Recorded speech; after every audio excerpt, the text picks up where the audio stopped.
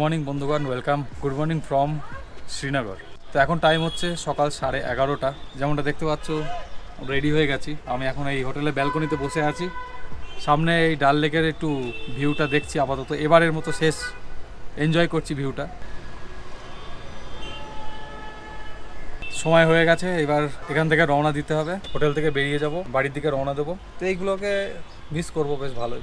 আমাদের কোনো শ্রীনগর আছে আমাদের এখন শ্রীনগর আছে, একটা শ্রীনগর।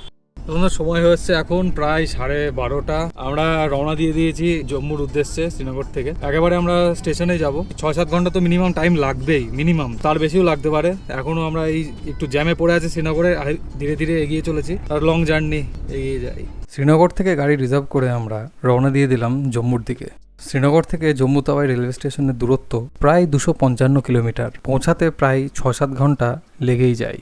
আমরাও সেদিন এমনটাই ভাবছিলাম যে আমরাও ওই টাইমেই পৌঁছে যাব, কিন্তু সেদিন আমাদের কপালটা একটু খারাপ ছিল। বন্ধু, সময় হচ্ছে এখন 4:36, আর পেছনে এই যে দেখতেই পাচ্ছ পুরো জ্যাম বেঁধে আছে। বেশ অনেকক্ষণ ধরে হয়ে গেল জ্যাম হয়ে আছে, আমরা দাঁড়িয়েছিলাম। এখনও মোটামুটি 150 কিলোমিটারের আশেপাশে বাকি আছে এখনও জম্মু, কিন্তু তার আগে এরকম জ্যামটা কেন বেঁধেছে বোঝা যাচ্ছে না। তো একদম ওই দূরে এইটা বরাবর চলে গেছে পুরো সামনে, আর এই যে এইটা তো গেছে এই পাহাড় দিয়ে ওই শেষ মাথা, একদম শেষ। পুরো জ্যাম পড়ে আছে। এক তো আমাদের টিকিট আছে ওয়েটিং লিস্টে, তার মধ্যে আবার এই জ্যামের মধ্যে অনেকটা সময় দাঁড়িয়ে থাকার পর আস্তে আস্তে ট্রেন পাওয়া নিয়ে মনের মধ্যে ভয় জাগতে শুরু করলো। 11:30 নাগাদ আমাদের ট্রেন আছে জম্মু থেকে।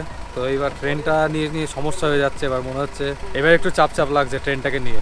এখন কিছুই আমাদের হাতে নেই, এরকম জ্যাম বেঁধেছে এখন এই পাহাড়ের রাস্তায়। কিছু করার নেই, নিরুপায় এখন আমরা সবাই। তো সেই কারণে আমরা টিকিট ক্যান্সেল করব কি করব না সেই নিয়ে আলোচনা করছিলাম।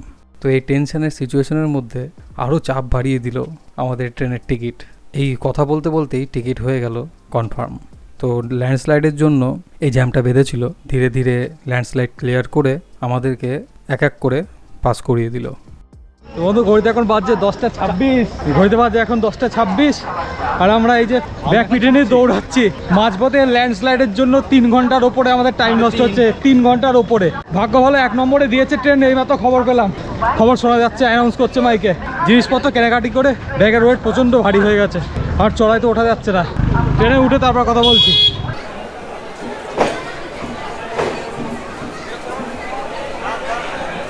তো এখন ঘড়িতে টাইম হয়ে এসছে অলমোস্ট 11:15, 11:42 বাজে। তো ট্রেনের তো টাইম ছিল, আরে ভাই জল পড়ছে তো ট্রেনে, উপর দিয়ে জল পড়ছে। এসির জল নাকি বৃষ্টি হচ্ছে বলে কে জানে, বৃষ্টি তো হচ্ছে বলে মনে হয় না। ট্রেনের টাইম ছিল তো 10:42, প্ল্যাটফর্মে ঢুকলো প্রায় 11টা। লেট থাকার জন্য ভালো হলো, ট্রেনটা ঠিকঠাকভাবে পেয়ে গেলাম। তো যা হেকটিক জার্নি হয়েছে কি বলবো, 3 ঘন্টা, প্রায় 3.5 ঘন্টা জ্যামে দাঁড়িয়ে থাকার পর কীভাবে যে ট্রেন পেলাম সে আমরাই জানি। যাই ট্রেন এখন মোটামুটি ছেড়ে দিয়েছে, 11:35 নাগাদ ছেড়ে দিয়েছে ট্রেন। আমরা স্টেশন থেকে একটু ছোলা কুলচা কিনে নিয়েছিলাম, তো সেটাই আমরা আজকে খেয়ে আজকের মতো রাতের খাবার সারলাম। তো এবার শুয়ে পড়বো। প্রচণ্ড টায়ার্ড। আবার 2 দিনের ট্রেন জার্নি শুরু, 2 রাত কাটাতে হবে এই ট্রেনে। আবার সেই হিমগিরি। একদম লাস্ট মোমেন্টে গিয়ে আমাদের টিকিট কনফার্ম হয়েছে। যখন আমরা জ্যামের মধ্যে দাঁড়িয়ে তখন টিকিট কনফার্ম হয়েছে। মাঝে একটা সময় হয়েছিল আমি টিকিট ক্যান্সেল করতে গেছিলাম, তো ক্যান্সেল করতে গিয়েও আমি করলাম না। তো ভাগ্যিস আমি টিকিটটা ক্যান্সেল করিনি, যদি ক্যান্সেল করতাম তাহলে হয়তো আজকে আমরা বাড়ি ফিরতে, মানে ট্রেনে উঠতে পারতাম না। লাখ আজকে ভালো ছিল তাই ক্যান্সেল করা হলো না, ট্রেনটা পেয়ে গেলাম, টিকিট কনফার্মও হয়ে গেল। তাই এবার শুতে হবে, আবার সকালে দেখা হবে। ঘড়িতে এখন টাইম হচ্ছে 11:20, সকাল 11:20। আর আমরা মোটামুটি ওই 10:30 আশপাশে ঘুম থেকে উঠেছিলাম। ফ্রেশ হয়ে চাটা খেয়ে এখন একটু দাঁড়ালাম গেটের সামনে। জম্মু থেকে ছাড়ার সময় মোটামুটি 1 ঘন্টার আশেপাশে লেটে ছাড়লো ঠিকই, কিন্তু মাঝরাতে বেশ ভালো ট্রেনে ওই কিছুটা হলো মেকআপ দিয়েছে। তবে সকাল উঠে যেটা দেখলাম, টয়লেটের অবস্থা একটু খারাপ ছিল, একটু ভালোই, বিশেষ করে ইন্ডিয়ান স্টাইলগুলো। আর আমাদের কোচ নাম্বার পড়েছে B5, এটা একদম লাস্টে, আমাদের পরে জেনারেটর কার।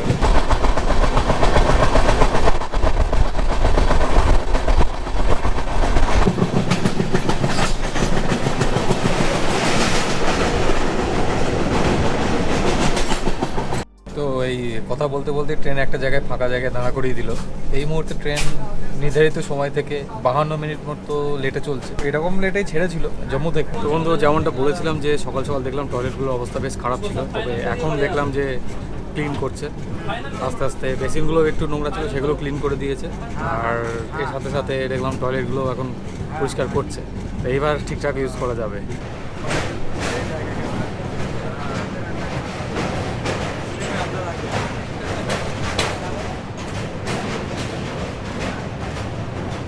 তো বন্ধু, আমি গেটের গোড়ায় দাঁড়িয়ে দাঁড়িয়ে ব্লগ করছিলাম, তো এই দুই ভাইয়ের সাথে দেখা হলো আর এই দাদার সাথে দেখা হলো। आप लोग कहाँ के रहने वाले हैं? हम लोग बिहार का रहने वाले हैं। जम्मू से ही तो चले ना? जम्मू से चले। अच्छा। वो वैष्णो देवी को। वैष्णो देवी हम ही अमरनाथ करके आ रहे हैं। अच्छा, अमरनाथ। हाँ। हम लोग वैष्णो देवी करके आ रहे हैं। सफर कैसा रहा? सफर बहुत अच्छा रहा। देवी का दर्शन ठीक ठाक हुआ? সময় হয়ে এসছে এখন 12:35 আর ট্রেন এখন এই বারেলিতে ঢুকছে। 56 মিনিট লেটে এখন ঢুকছে বারেলি। বারেলি থেকে এখন ট্রেন ছেড়ে দিল, ওই 2-5 মিনিট মতো দাঁড়িয়ে তারপরে এখন ছেড়ে দিল। ওই একই টাইম মেনটেন করে চলছে। আমরা নেমেছিলাম কিছু খাবারের খোঁজে, তো তেমন কিছু খাবার তো পেলাম না। ওই একটা পুরি সবজি পেলাম আর একটা বারবনের প্যাকেট কিনে নিলাম।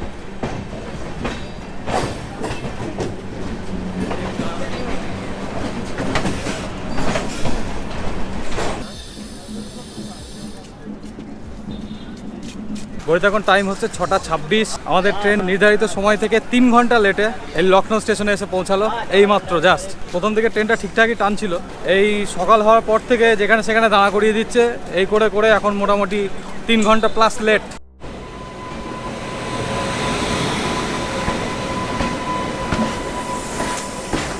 বন্ধু, টাইম হচ্ছে এখন রাত 11:21।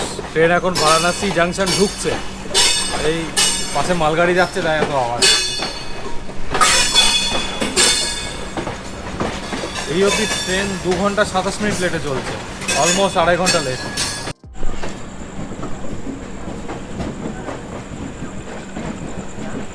Bajaj Junction. Gaya, Satanagar has arrived on platform number 2. Thank you. তো টাইম হচ্ছে 11:25 আর এই জাস্ট ট্রেন এসে থামলো প্ল্যাটফর্মে বারাণসী জাংশনে। তো একদম 2.5 ঘন্টা লেটে এই পৌঁছালো বারাণসীতে ট্রেন।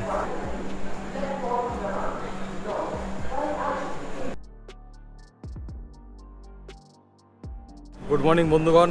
তো আজকে হলো পরের দিন। তো কালকে রাতে আর আমি কন্টিনিউ করিনি। বারাণসীতে মোটামুটি প্রায় 1 ঘন্টারও উপরে ট্রেন দাঁড়া করে রেখে দিয়েছিল। তারপরে এই এখন চিত্তরঞ্জনে এসে পৌঁছালো। এখন সময় হচ্ছে 10:30। এবার ট্রেন ছাড়বে, এই জাস্ট ছেড়ে দিল ট্রেন। তো নির্ধারিত সময় থেকে অলমোস্ট 3 ঘন্টা 15 মিনিট লেটে চিত্তরঞ্জন এসে পৌঁছেছিল, কিন্তু বেশিক্ষণ এখানে স্টে করলো না, দাঁড়ালো না বেশিক্ষণ। এই যে এখন ছেড়ে দিল জাস্ট। চিত্তরঞ্জনের পরে স্টপেজ আছে এবার আসানসোল আছে, আর আসানসোলের পর ডিরেক্ট হাওড়া। বন্ধু, সময় হচ্ছে এখন 1:02 আর আমরা নেমে পড়েছি ট্রেন থেকে। লাফিয়ে লাফিয়ে নেমেছি ট্রেন থেকে, কিন্তু হাওড়াতে নয়, সেটা হলো বর্ধমানে। তো হাওড়া অবধি গেলে আরও বেশি টাইম লেগে যাবে। সেখান থেকে ঘুরে হাওড়া থেকে ট্যাক্সি করে শিয়ালদা থেকে আবার ট্রেন পাল্টিয়ে এই অনেক সমস্যা। সেই কারণে আমরা বর্ধমানে নেমে পড়লাম। তো এখান থেকে বাস ধরে নিলে আমরা অনেক আগে পৌঁছে যাব, অনেকটা টাইম সেভ হয়ে যাবে। আর বর্ধমানে ট্রেন একদম স্লো করেছিল, তাই আমরা নেমে পড়লাম এখানে। সৌরভ চলে গেল হাওড়ায়, ওর কাজের জায়গায় চলে যাবে কাঁথিতে, আর আমরা আপাতত বাড়ি।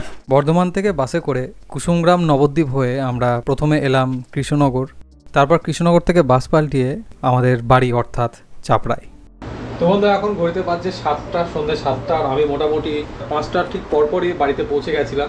আর আমি সেই সময় আর ভিডিও করিনি, প্রচণ্ড টায়ার্ড হয়ে গেছিলাম। ব্রেক জার্নি করে করে আসতে হলো, যদিও সময়টা অনেকটা বাঁচলো এটার জন্য। তো যেমনটা তখন বললাম, বর্ধমানে নেমে পড়েছিলাম, হাওড়াতে যাইনি, সেটার জন্য অলমোস্ট 2 থেকে 2.5 ঘন্টা আমার বেঁচে গেল। হাওড়া হয়ে শিয়ালদা হয়ে ঘুরে আসতে গেলে আমার একটা টাইম লেগে যেত। তো আজকে ভিডিওটা লম্বা করছি না, অনেক হেক্টিক জার্নি হয়ে গেছে। তো এই অমরনাথ যাত্রা 2023 এইখানেই সমাপ্ত হচ্ছে। যদি ভালো লাগে অবশ্যই লাইক করে নিও ভিডিওটা, কমেন্ট করো, আর পুরো সিরিজটা প্লেলিস্ট বানানো থাকবে, দেখে নিও। আবার দেখা হবে অন্য কোনো গল্প নিয়ে, অন্য কোনো সিরিজ নিয়ে। Till then, keep dreaming, keep writing your own story.